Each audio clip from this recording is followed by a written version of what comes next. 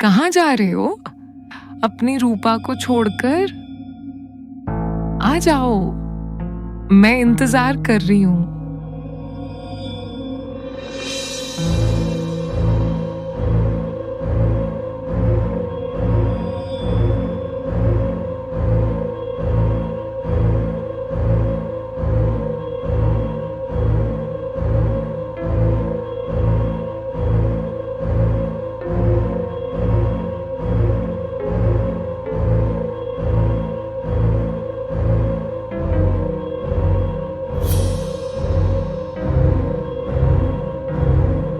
झारखंड के एक सुदूर गांव धरवा में चांदनी रात का सन्नाटा था। एक अजनबी जो गांव में नया था, रास्ता भटककर उस पुराने तालाब के किनारे आ पहुंचा, जिसके बारे में गांव वाले बात तक करने से कतराते थे। गांव के न जाने कितने लड़कों को वो तालाब अब तक निगल चुकी थी। इन सबसे अनजान वो धीरे धीरे वह उस संकरे और सुनसान रास्ते पर बढ़ता जा रहा था। तभी अचानक किसी अनजानी आहट ने उसके कानों में झरसा सरसराया। एक ठंडी लहर रीढ़ की हड्डी से उतरकर तलवों तक समा गई। वो झटके से पीछे मुड़ा, आंखें फैल गईं, लेकिन वहां कुछ नहीं था, या फिर कुछ था। अनजाने में चलते चलते वो उस पुरानी वीरान तालाब के पास आ पहुंचा था, जिसके नाम से ही गांव वालों की जुबान कांपने लगती थी। वो तालाब जो न जाने कितनी रातों से प्यासा था, पर हर किसी को निगल लेने को बेताब रहता था। गांव के बुजुर्ग कहते हैं कि वहां वो रहती है, एक रूह, बेहद सुंदर।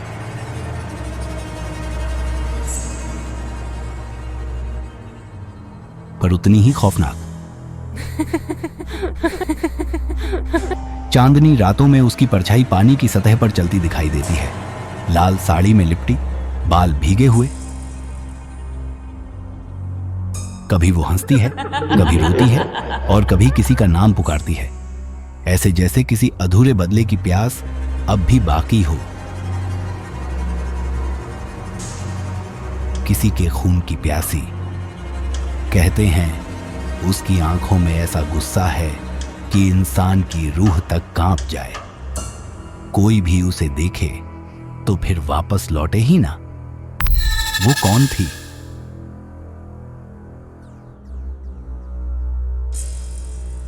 चारों ओर एक अजीब सी ठंडी हवा बह रही थी। तभी अचानक सन्नाटे को चीरती एक धीमी मगर बेहद मीठी और मोहक आवाज गूंजती है। तुम आ गए रघु, अब आ जाओ मेरे पास। उसकी दिल की धड़कनें तेज होने लगी और चारों ओर अंधेरा और गहराता गया।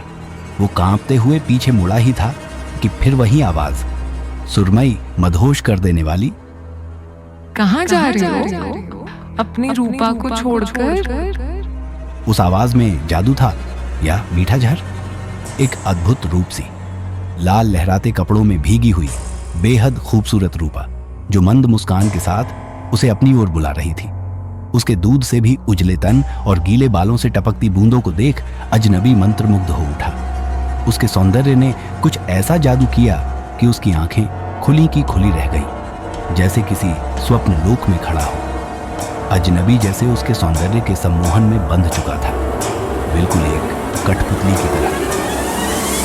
आ जाओ, मैं इंतजार कर रही हूँ। वो अजनबी अब जैसे उसके वश में था, उसके हुस्न का सम्मोहन में, और फिर जैसे किसी अनदेखी डोर से बंधा हो, वो उसके पीछे पीछे चल पड़ा, अंधेरे की उस खामोश घाटी में जहां लौटकर कोई नहीं आता। रूपा ने उसका हाथ थाम लिया और बिना कुछ कहे उसे लेकर तालाब की तरफ चल पड़ी।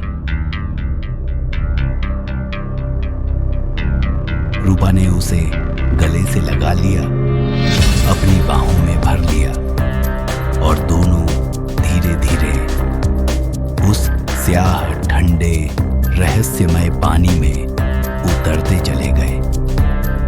लेकिन जैसे ही उस अजनबी के शरीर की खुशबू उसकी सांसों से टकराई, वह समझ गई ये रघु नहीं है, कोई और है। और अगले ही पल वह धुएं में तब्दील होकर गायब हो गई। ये रघु नहीं है, कोई और है।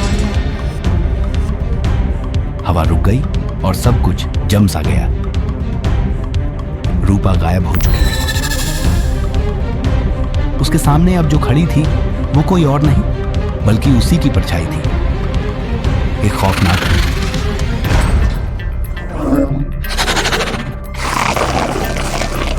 एक भयानक चीख के साथ तालाब और धुंध जैसे आपस में घुलकर एक विकराल आत्मा का रूप ले चुके थे।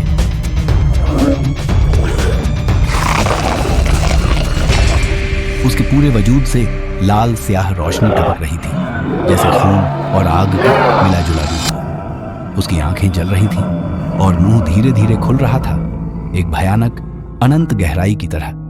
अजनबी ये सब देखकर जैसे जड़ हो गया था। उसकी आंखें फटी रह गई। उसकी चीख जैसे गले में ही कहीं दम तोड़ गई थी। और अगले ही पल उस धुंध से बने राक्षसी रूप ने उसे अपनी भयावह आगोश में निगल लिया। फिर सब शांत हो गया। तालाब की सतह एकदम शांत थी, जैसे कुछ हुआ ही नहीं। ऐसे ही धीरे धीरे उस गांव के कई लड़के एक एक कर गायब होने लगे। सुबह बस उनकी कुछ निशानियां मिलती, खून में सने हुए चीथड़े जैसे किसी हैवान ने नोच डाला हो। डर और सन्नाटे ने पूरे गांव को जकड़ लिया था। आखिरकार उस शैतानी रूह से छुटकारा पाने के लिए गांव वालों ने एक भयानक अघोरी तांत्रिक को बुलाया, वो जो जिंदा आत्माओं से बातें करता था और मरे हुओं की आंखों में झांक सकता था।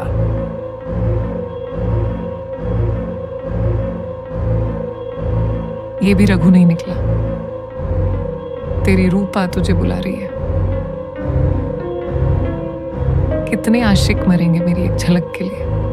हर रात कोई ना कोई उस रास्ते से गुजरता है, मेरी मुस्कान में उलझता है और फिर डूब जाता है। इस खूनी तालाब में कितने राज निकले हैं रघु। अब बस और नहीं, आजा। तेरी रूपा तुझे बुला रही है। इस बार मैं इंतजार नहीं करूंगी।